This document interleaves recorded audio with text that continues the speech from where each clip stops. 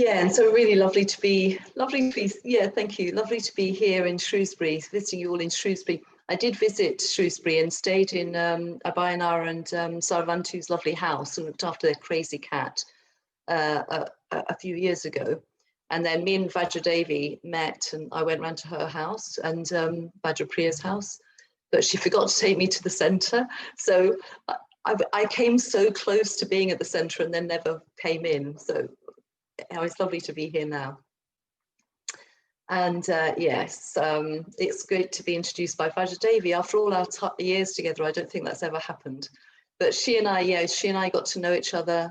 Well, we remember cooking together on Order Convention in 1985, where we were both practicing martial arts. I was doing karate and Vajradevi was probably doing karate then, possibly, what's the other word? I can't remember, one with the big sword anyway. Yeah, she'll tell me. And that's it, yeah. And we cooked for Bante and we cooked for the whole women's order, which was, apart from maybe 2 or 3 Dharmacharinis, we cooked for the whole women's order, which was 30. At that time, worldwide, it was about 30 women. Yeah. And I was living in Glasgow, Vajradevi was living in London, and occasionally Vajradevi would go on solitary retreat up in Scotland and she would come and stay with me in Glasgow on the way there. I remember that. And we talked a lot. And we talked about how we were never going to wear dungarees and things like that, you know, important spiritual matters that we had to discuss at that age, yeah, at the age of 25. Yeah, so it's great. And yes, we've been running big movement, you know, I've been at Taraloka, running Taraloka and chair at Taraloka for 14 years. Vajradevi fundraised for Akashavana, found Akashavana, did a massive heroic building job. So she's the adventurous side. I'm more the kind of at home, getting weighty and mature. And she's running around on 4-wheel drives, learning foreign languages. And she jumped out of an airplane, 100 parachute jumps, and nearly lost the last cord on the last one, or one of them anyway. I've seen the photographs. She looked totally gorgeous when you've nearly risked your life and then you've survived, of course. Yeah. So yeah, we've known each other a long time, but it's lovely. And it's lovely to be with all of you here. I know quite a number of you, so it's good to see you all. Yeah, so I'm going to be giving a talk on myth and the myth of the Buddha, Buddha Shakyamuni. And it's nice to know that I'm giving the first talk on myth, because I've got a few things to say about it. And I didn't know if you'd already heard it all, but obviously you haven't heard any of it, so that's great. Yeah. I mean, each one of us is going to have our own personal myth, basically. We're all going to have our own personal myth. And it's gradually, over the years, it's going to gradually get more and more articulated and become more conscious in us. And all of it comes down to what we respond to in life, what our real values are in life. You know, where does your mind or your heart say yes to? And there'll be certain actions that are happening in the world or happening around you with friends or whatever, where every time you see it happen, maybe it's honesty or kindness or connection, something in you is going to say yes to that. And that will give you some idea of your own values, your own secret loyalties. That's what Middleton Murray calls it. At in the front piece of Bante's book called History of My Going for Refuge, he's got this beautiful quote by Middleton Murray, which I'll just read to you because it's very pertinent. He says, "To discover that within myself which I must obey, to gain some awareness of the law which operates in the organic whole of the internal world, to feel this internal world as an organic whole working out its whole destiny according to some secret vital principle, to know which acts are a liberation from obstacles and an accession of strength, to acknowledge secret loyalties which one cannot deny without impoverishment and starvation, This is to possess one's soul indeed, and it is not easy either to do or to explain. So this is a bit of a hallmark quote for me, and I love this line, to acknowledge secret loyalties. So we begin to acknowledge secret loyalties, and gradually what happens is we begin to understand our own personal myth that's working out its significance, its meaning through our lives. So yeah, just invite you all actually to begin to notice where you respond to in life. There might be a line that I'll say this evening that you'll respond to more strongly than all the others, or there might be a teaching that Vajradevi or Vajrapriya or Saddhanandi, whoever have given, and you'll hear something, or you'll see a gesture from them, or you'll see something within your friendships, and it'll touch something in you, and you'll know there's a secret loyalty there. So all of this is just information, gives us information about who we are. And they begin to add up. I remember years and years ago, when I was living in Glasgow, my very good friend, who also was a Kalyana Mitra, she said to me one day, yeah, I'll try and get that quote to you another time, but she said to me once, one day your personal myth, you'll know what your personal myth is, and then that'll be aligned with the order and the myth of the order. And when that happens, you'll get ordained. And it's a great idea. It's a great thought, isn't it? That it's not like you've got to become this, or you've got to become that.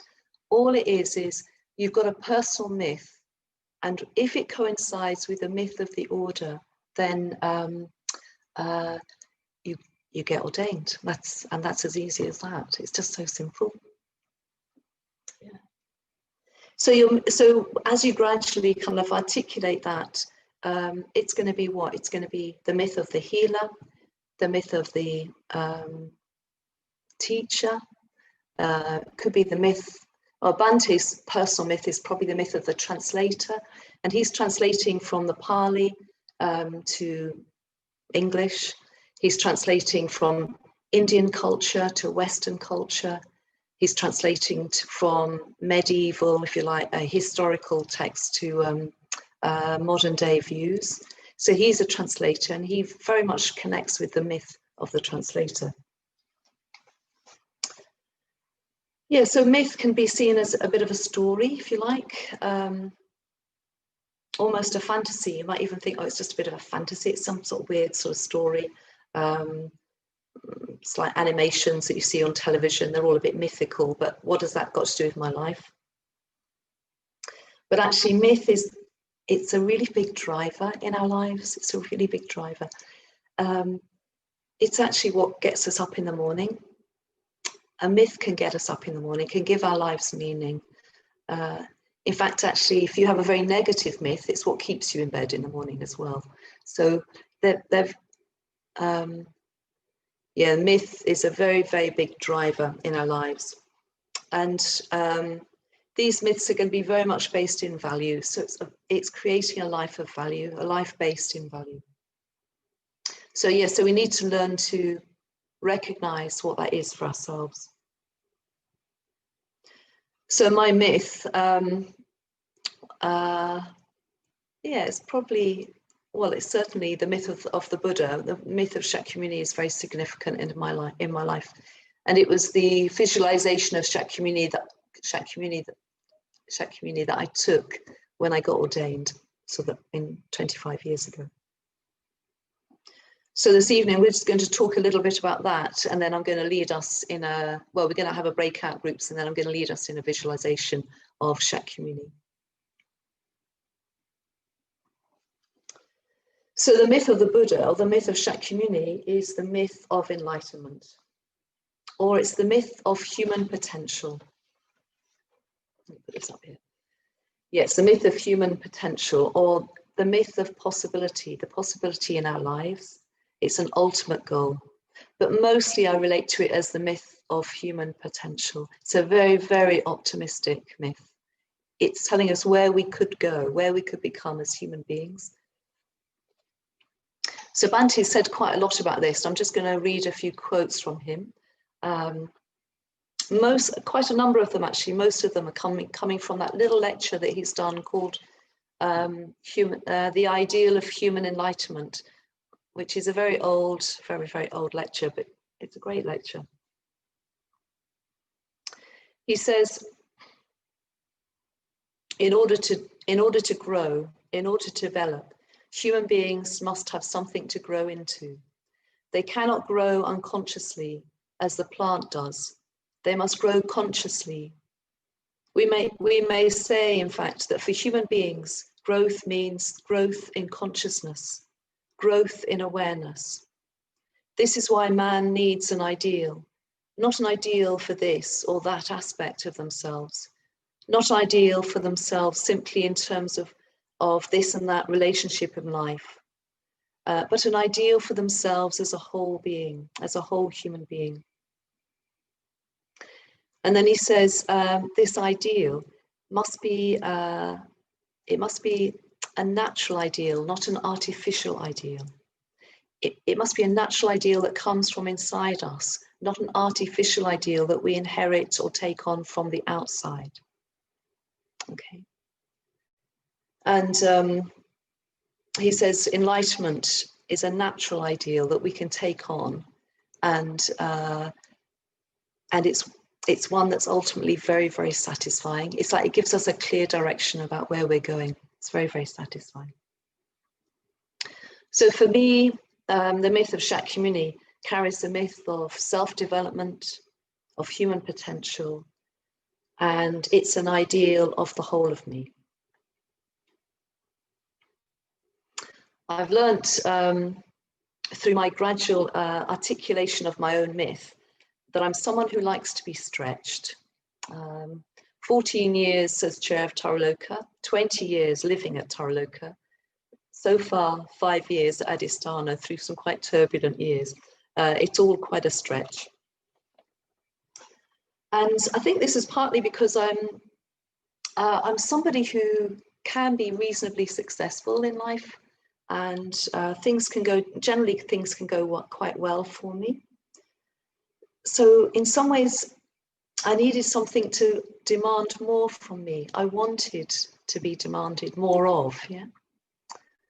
I was describing a few months ago, we had a bit of a discussion on personal myths in Adhisthana community. And we all had to look at choices that we'd made and how we'd made them.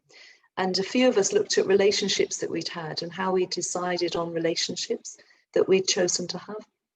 And I noticed that several relationships that I'd had all provided a bit of a challenge for me. It's like I couldn't quite get them in my sights, these people.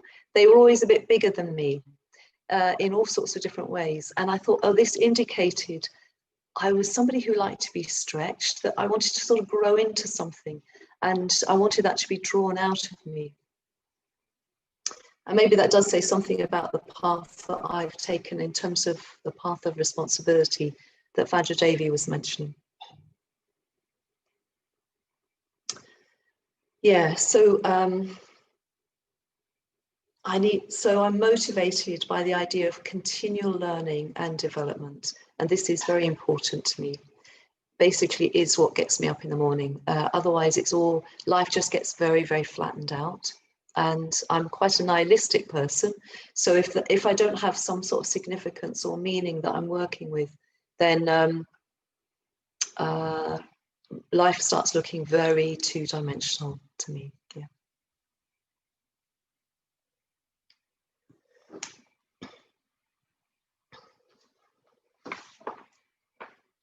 Yeah, so Bhante talks in his lecture, The Ideal of Human Enlightenment, and he talks about the difference between natural ideal and artificial ideal.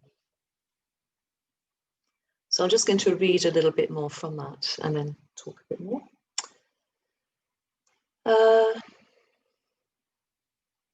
Yeah. So he says, we need to distinguish between two kinds of ideals. There are no actual terms for them in circulation, but we can call them natural ideals and artificial ideals. Natural ideal, we may say, is an ideal which takes into consideration the nature of the thing or the person for which it is an ideal. The artificial ideal, on the other hand, does not do this. The artificial ideal imposes itself from the outside in an artificial manner. So, the ideal that we're moving towards has to be a natural ideal for us. It has to take into consideration us as human beings. Maybe from a personality point of view, but in a general way, as human beings, it has to be attainable for us. So then he says, enlightenment is not an artificial ideal. It is not something imposed upon us from outside. It is not something which doesn't belong to us or accord with our nature. Enlightenment is a natural ideal. We may even say it is the natural ideal. There is nothing artificial about it, nothing arbitrary. It is an ideal that corresponds to our nature and to our needs. So, and he says, how do we know this? And then he says, well, we know this because we can see the awakening factors alive in other people. He said, we see qualities of people who are more awake or qualities of the enlightened mind just around us in other people. He says, he says, I've spoken about the nature of enlightenment, and obviously it seemed, though intelligible, something very, very rarefied indeed, something very remote, even from our present experience. But the qualities that constitute enlightenment are, in fact, already found in us, in germinal form. They are not completely foreign to us. They are, in fact, already found in every man, woman, and child.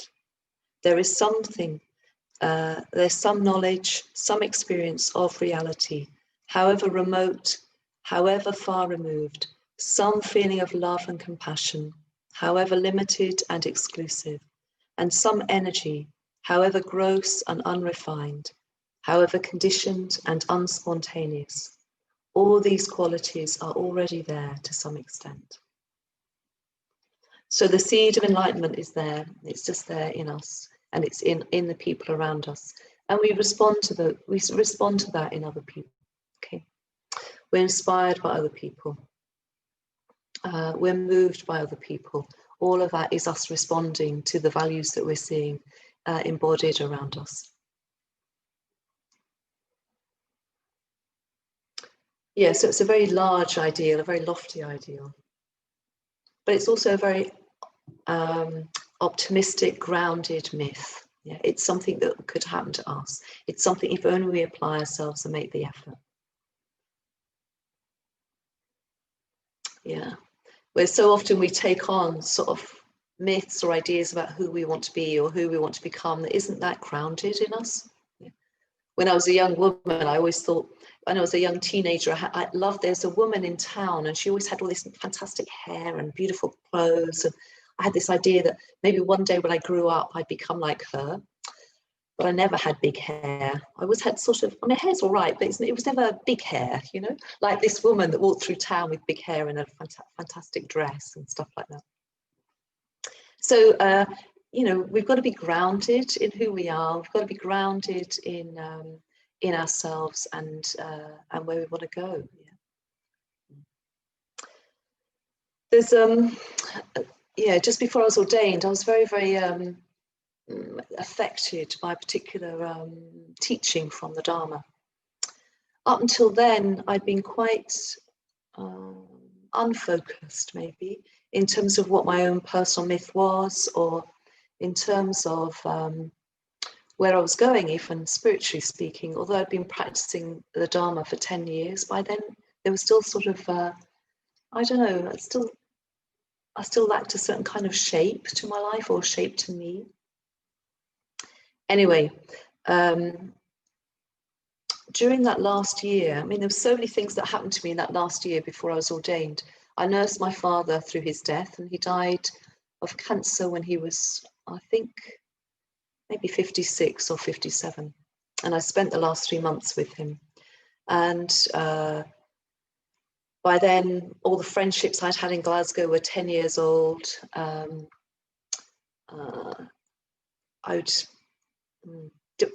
It was just like a lot of aspects of my life were adding up for me. And then at some point, Taraloka asked me to move to Taraloka for 9 months to just work part-time while somebody else was away. And I agreed to go for 9 months. That'll teach me, won't it? I stayed for 20, but I agreed for 9 months. I think I did know, actually, I did know very quickly that I would stay there for a long time. Just in the same way that I'd known with some of the relationships I'd had that, oh, this has got a long, big future ahead of it. I knew that my life in Taraloka had a future. Yeah. In fact, I think I knew even within a few months, I could even be chair there, which was what happened 5 years ago, 5 years later. Anyway, there was this beautiful reflection of from Vasubandhu, which I'll just say a little bit about because it shaped my life from then on. He says, all the Buddhas, by the strength of their inflexible spiritual energy, were capable of attaining perfect enlightenment. If enlightenment is attainable at all, why should we not attain it? Following their steps, we too could emancipate ourselves. We too could follow their example. And it was like magic, because you know how like suddenly you hear something and you know this, you just feel your whole life pouring into those lines. That's what happened to me. Suddenly I had a direction, and I thought, I knew from the inside, from my own conviction, that enlightenment was possible. Enlightenment was possible for me if only I make the effort. If only I make the effort. And so these words became like a mantra for me. All I need to do is just believe that that was true, and this was going to be my myth of my life. This was my myth.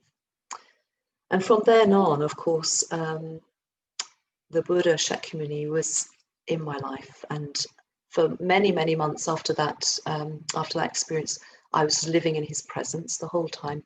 Through my ordination retreat, Vajradevi, I was living in the presence of the Buddha. I don't know what anyone else was doing, but I was doing walking meditation, I was chanting his mantra, and I was imagining being dressed in robes and being a disciple of the Buddha. I mean, it very much echoes Bhante's words in the Threefold Puja, where he says, we reverence the Buddha and aspire to follow him. The Buddha was born as we are born. What the Buddha overcame, we too can overcome. What the Buddha attained, we too can attain.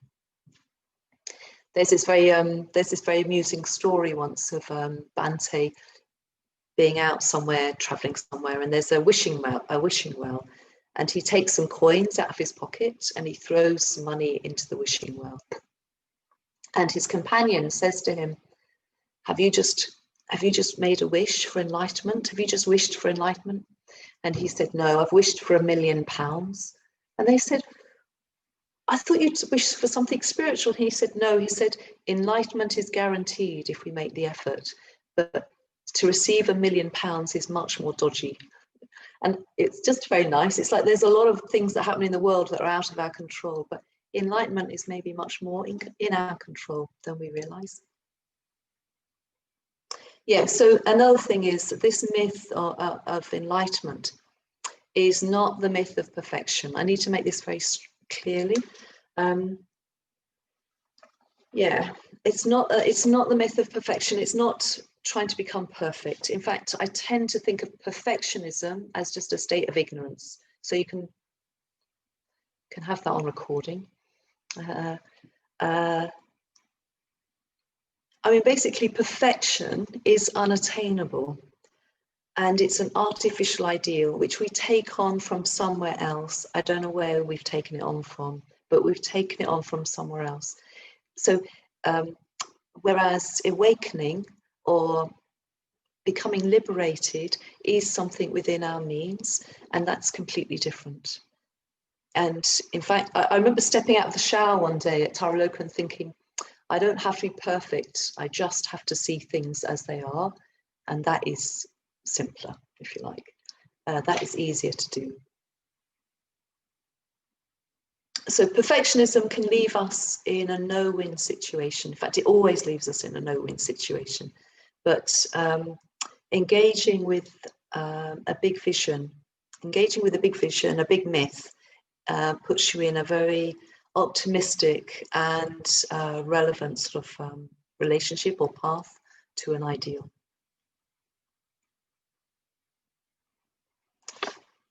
Yeah.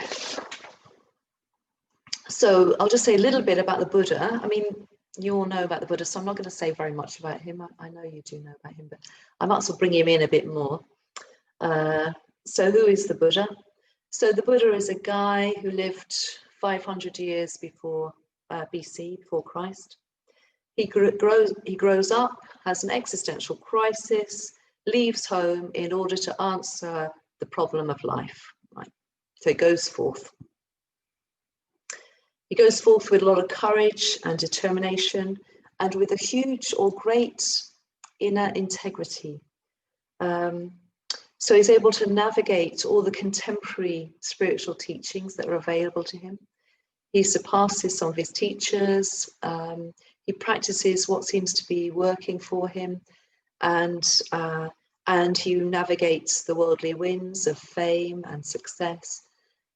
And all the time, something's adding up in him.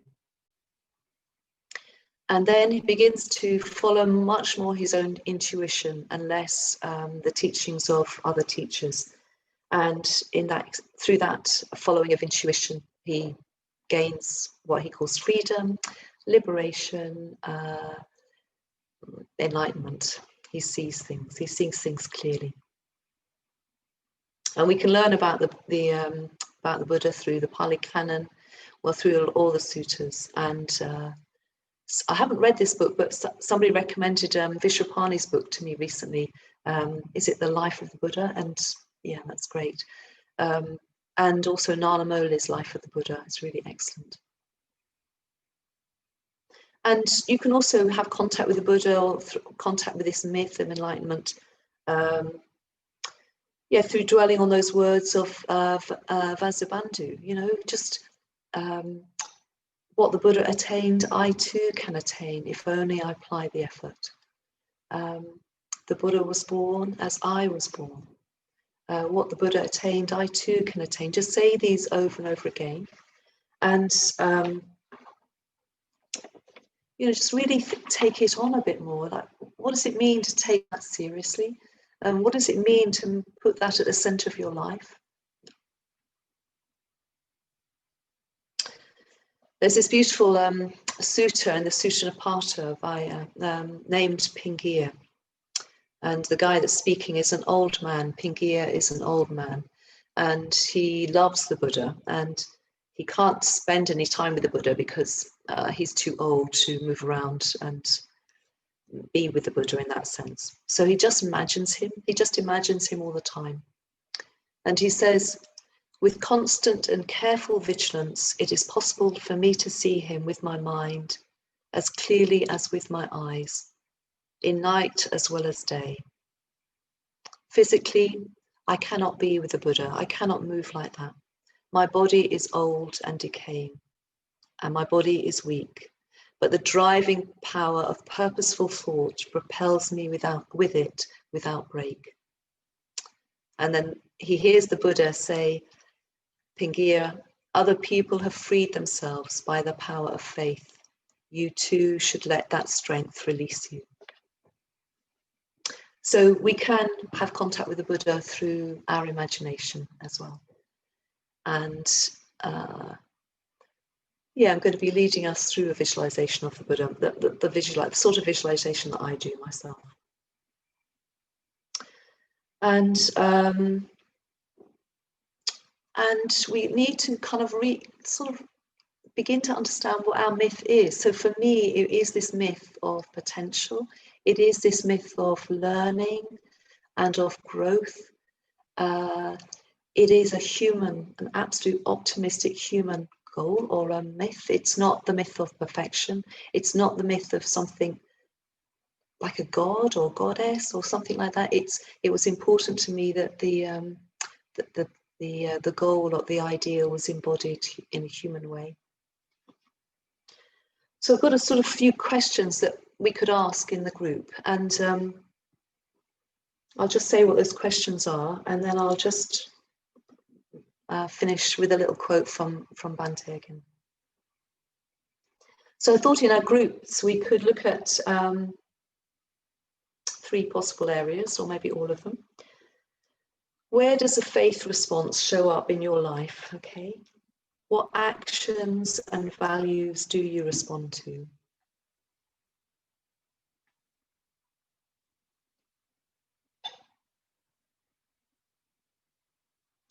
Then,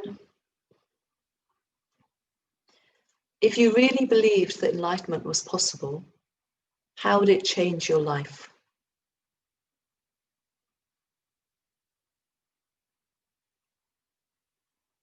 Would your life feel different with this myth behind it?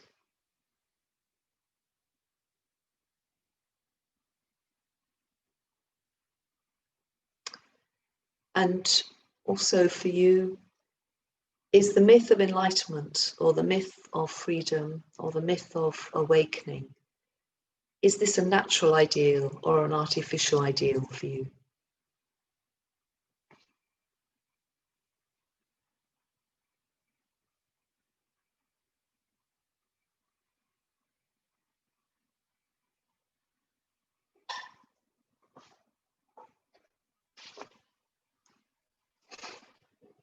So I'll just finish with a quote from Bhante, and then we can stop and do whatever we have to do next, okay?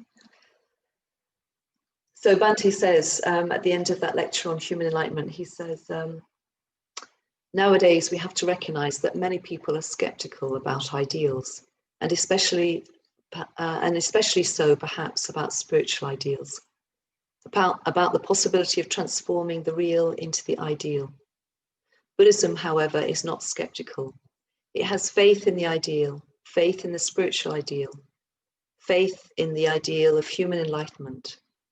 And it has faith in the ideal because it has faith in man, in humans, in us, in the creative potential of us. Because it has faith in humans, it asks us to have faith in ourselves. It does not ask us to believe, least of all to believe in Buddhism. Instead, it asks us to take the ideal or the myth of human enlightenment as a practical working hypothesis. And it asks us to make the experiment. It asks us to try. Thank you. I'm just going to lead us in a visualization of the Buddha Shakyamuni. And I'm going to turn off my camera because it might mean, if that's all right with everyone, it just might mean I come across a bit more clearly because I've got so little bandwidth. Let me just do this. Stop. Yeah. And then could go on to gallery view. Yeah. Yes. Okay. So we're going to do a short meditation, maybe about 20 minutes. So just settle yourself into a meditation posture.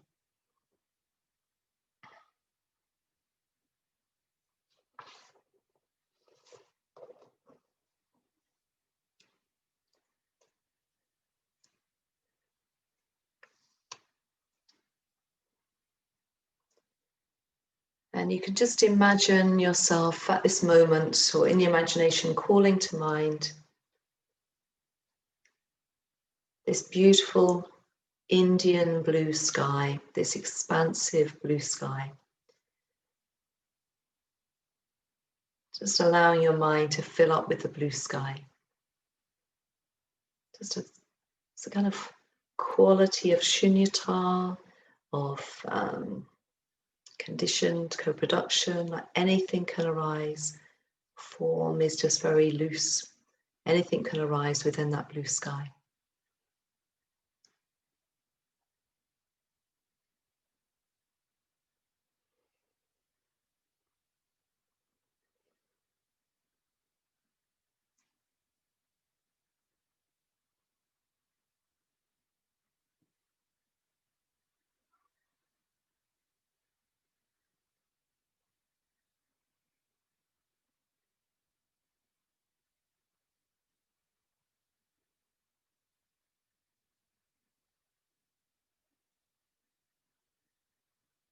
Just an open dimension of being.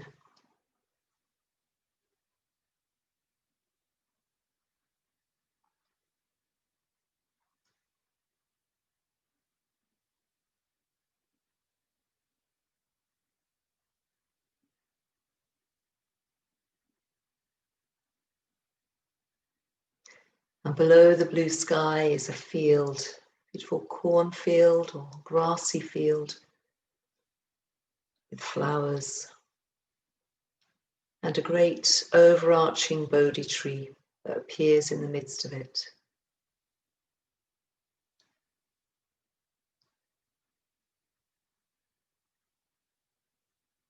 Great Bodhi tree with dark green leaves, heart-shaped leaves. Maybe they're just slightly moving in the wind.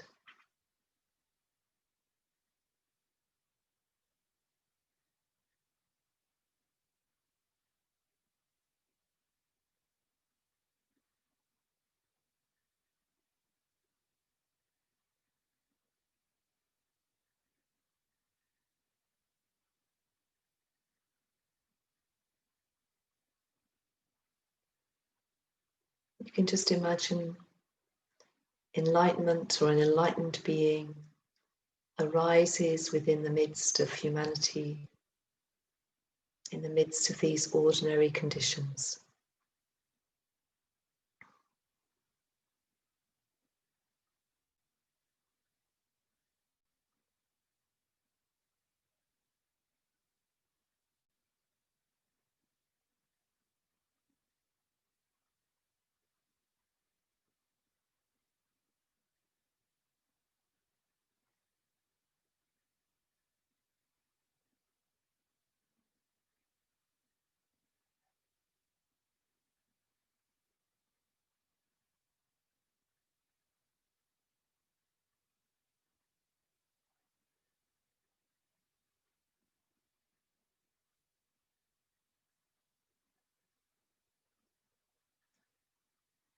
And seated under the tree, maybe sheltering from the sun, there is the figure of Shakyamuni. He's seated on a pile of kusa grass, long grass.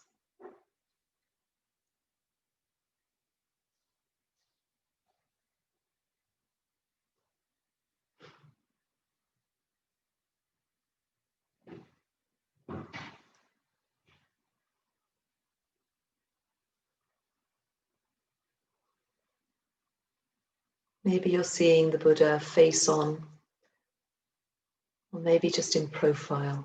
I tend to see him just in profile, imagining I'm just seated to one side of him.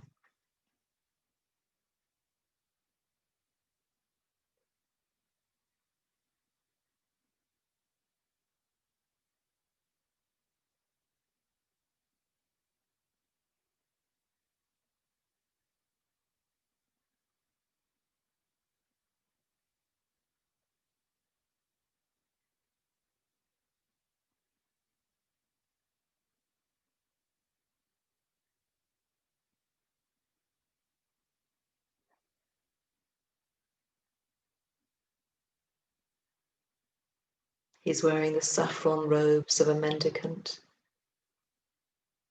and I reflect that his outer expression or his outer look mirrors his internal way of being.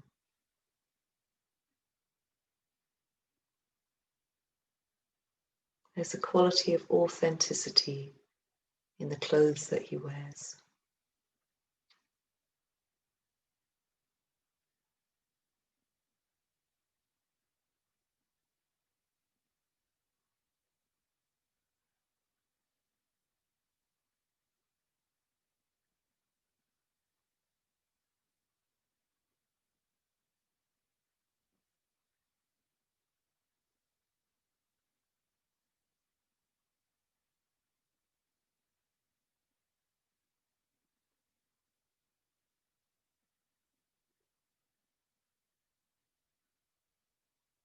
He's seated cross-legged in the position of meditation, with his hands in his lap, holding a black begging bowl.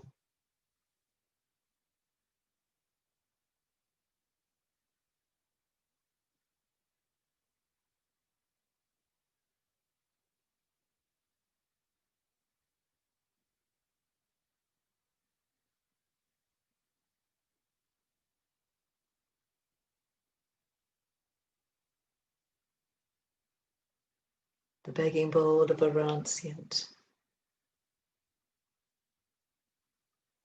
He's no longer fettered by preference.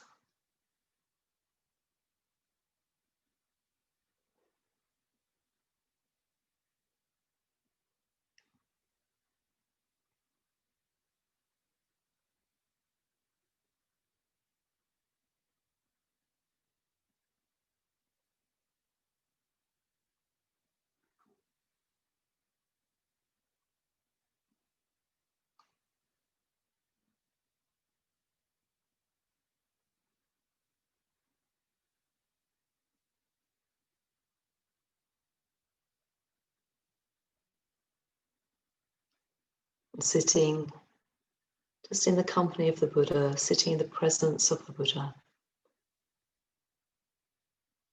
we notice there's something very silent about him. His ego is silent. And it creates a quality of sound or non-sound that is very loud. This quality that something has stopped. Something has stopped inside him that hasn't stopped in us.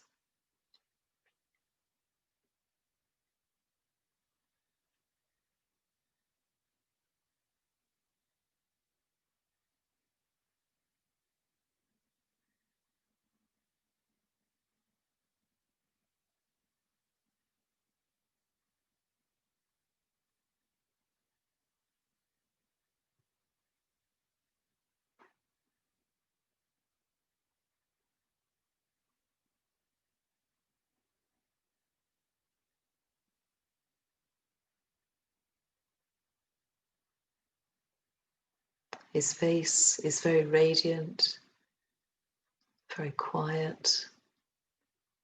He's slightly smiling with his eyes closed. A very kind face.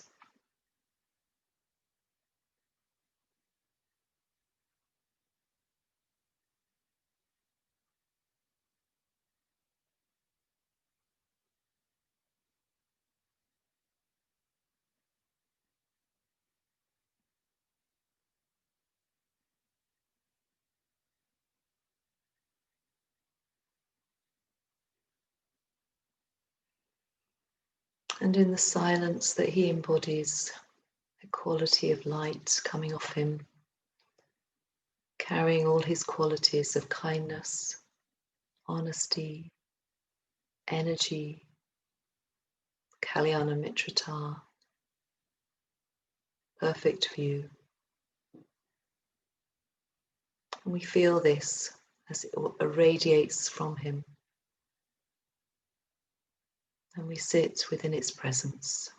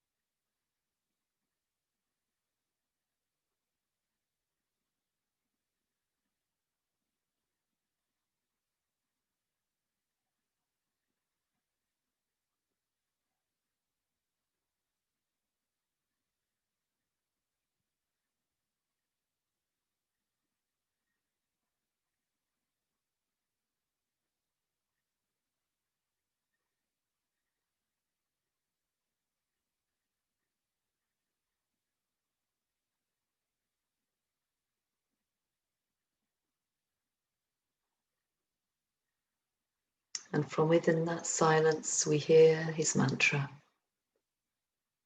A mantra that rolls on, carrying the Dharma, never stopping once it's set in motion. Om Muni Muni Maha Muni Shakyamuni Swaha.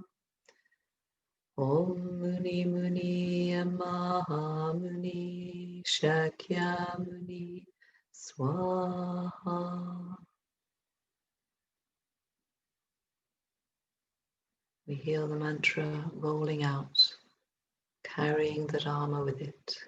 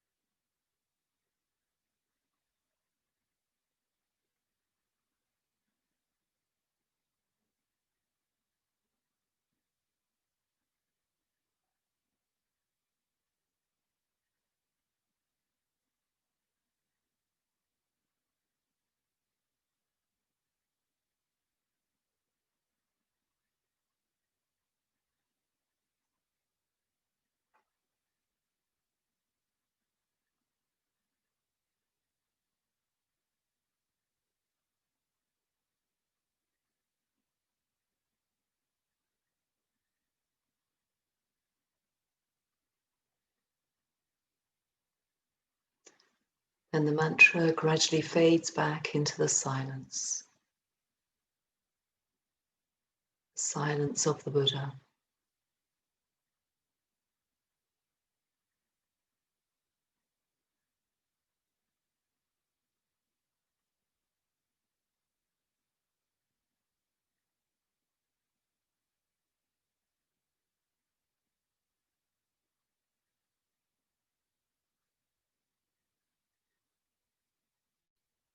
And the image of the Buddha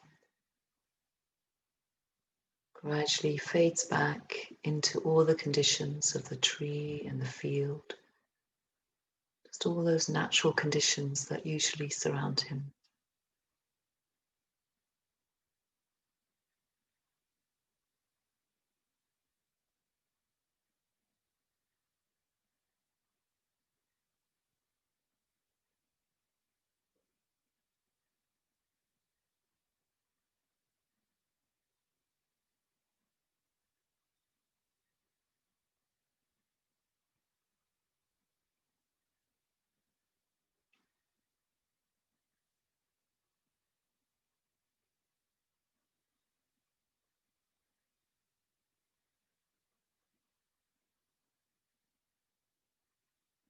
And the tree, the green grass, all of that just fades into the blue sky.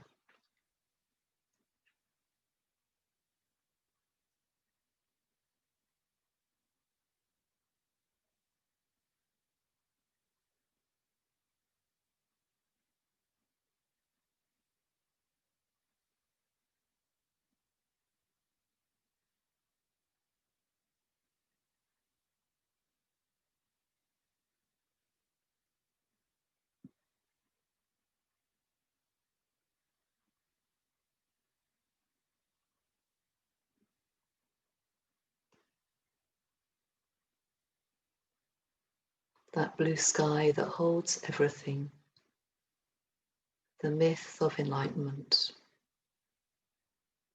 the myth that anything is possible. Just in there, quivering in that blue sky.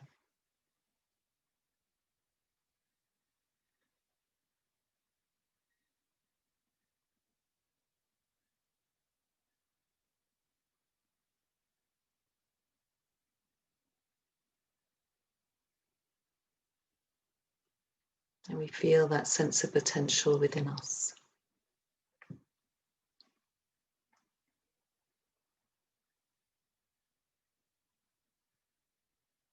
And then just letting go of the blue sky itself. Coming back into your room, back into the sounds of the room, sounds of the computer, the voice, the chair, whatever.